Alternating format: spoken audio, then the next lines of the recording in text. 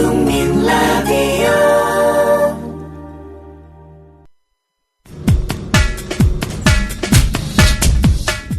안녕하세요. 주간브리핑 하이파이브의 김민지입니다.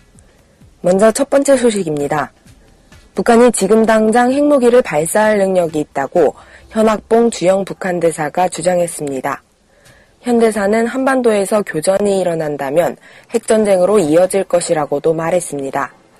선제 공격에 나설 것이냐는 질문에는 전쟁을 원하지 않지만 두려워하지도 않는다는 게 북한의 방침이라고 설명했습니다.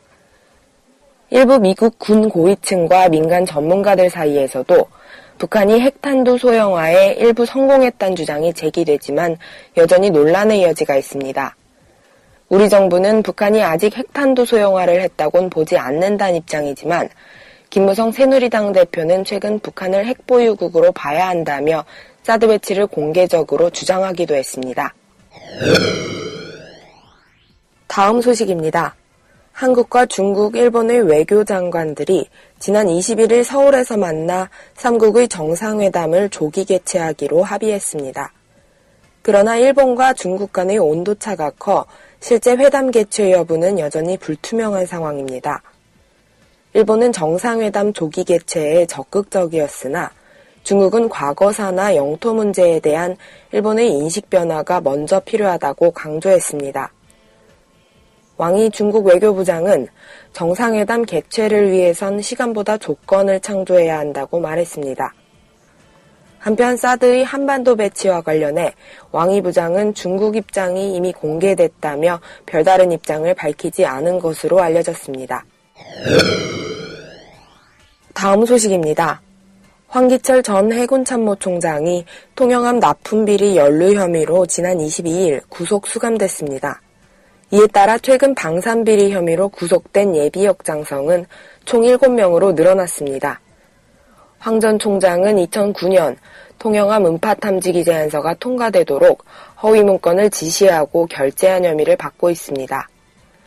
해당 제안서에는 음파 탐지기 성능을 입증하는 필수 서류가 빠져 있었습니다.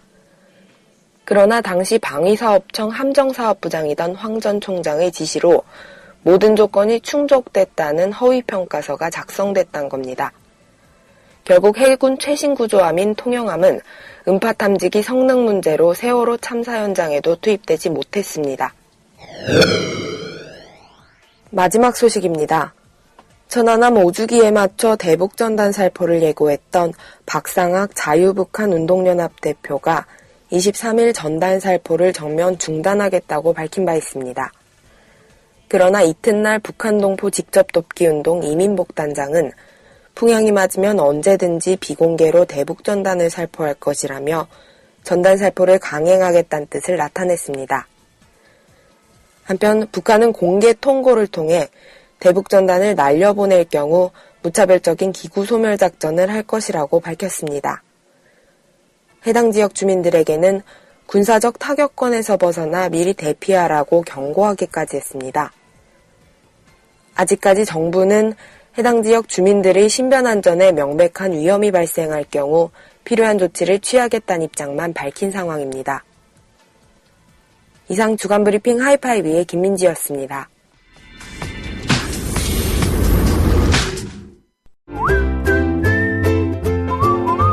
국민라디오 팟캐스트 응원하는 가장 쉬운 방법 아시나요?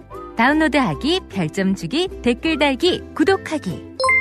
국민라디오 팟캐스트 널리 알리는 가장 쉬운 방법 다운로드하기, 별점 주기, 댓글 달기, 구독하기.